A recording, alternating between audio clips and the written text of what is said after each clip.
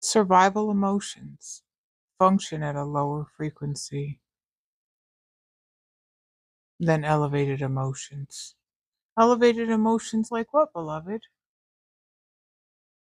Happiness, love, compassion, excitement, wonder,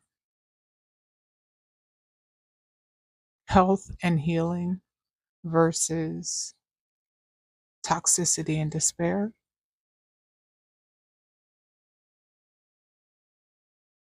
Two totally different vibrations. So they're saying if you're experiencing something in your life as a continuous, then you have to change the frequency of the energy in order to change and manifest that situation. How you do that? Well, first thing is, if I have a car and the electric system keeps dying out, the first thing I'm going to check is what is drawing out the energy from my electric system. If I find that it's a cord that I plugged in that is causing my vehicle no longer to move, then I'm not going to plug that cord in so that I can have optimal energy in my vehicle so that it'll move. What I'm saying is,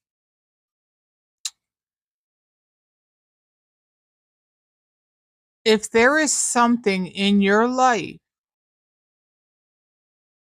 that you know is toxic and sucking the full life energy out of you, you need to make a different choice today because you are wasting resources, energy resources that are meant for you, and you are just swindling them out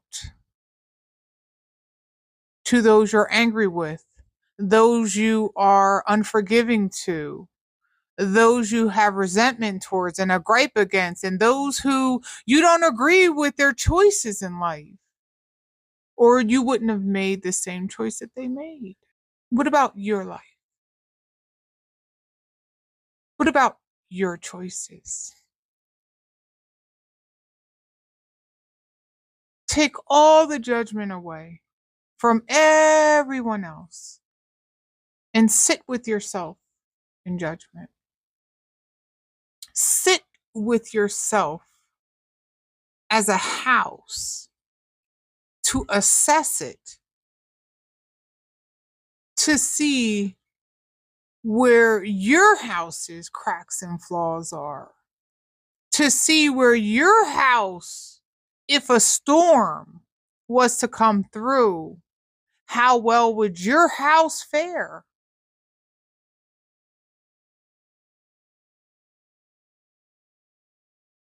We can fortify our home, our physical home, but have you fortified this?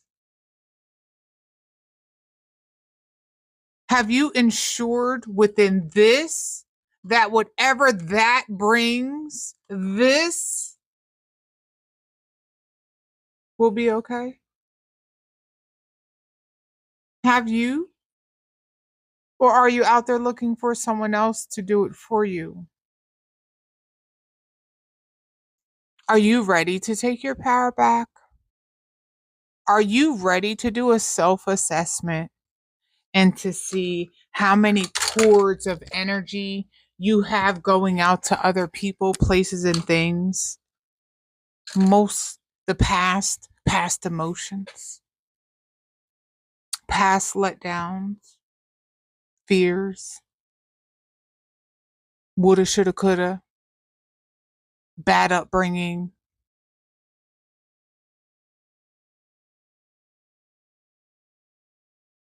Whatever it is. Are you ready to take your energy back?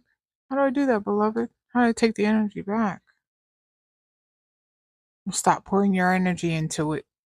Start meditating. You know what's so wonderful about prayer? Used as a tool of meditation?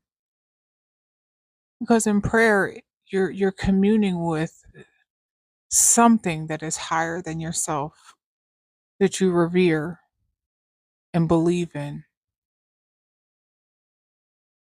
And when you are doing that,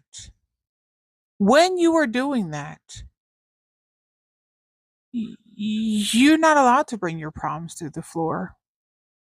Because you know, when you bring the problems to the floor, the Bible says, cast your cares upon me. So you know, when you go before the Lord, you're going to cast your cares. And the Lord told you to be not weary in well doing. So why do we get weary in well doing? Oh, because we think we're not going to get the proper response from our well doing. So what do? Stop well doing? Do we fight? Do we increase our anger arsenal so that our angry bullets, our angry words will be extra poisonous? Or will we dive in, take our energy back, make peace with humanity? How can you even fix your lips to say what's wrong with the world and what the government should do or not do, or what they are doing and aren't doing, when you as an individual self haven't even looked at yourself to figure out what you are going to do with yourself? Some of you are looking for something outside of you in this world to make life better for you.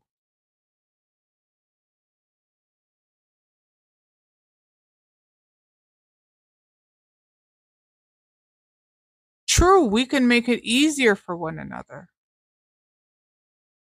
But have you given up any of your suffering to help the world not suffer as much? What if you giving up your suffering would take away 10% of suffering from the world? You overcoming your suffering to give more peace back to the world. If it was that powerful, could you do it? Would that be incite enough emotion in you for you to finally move forward? Meditation and prayer, time with the higher frequency of creation, is how you get your energy back.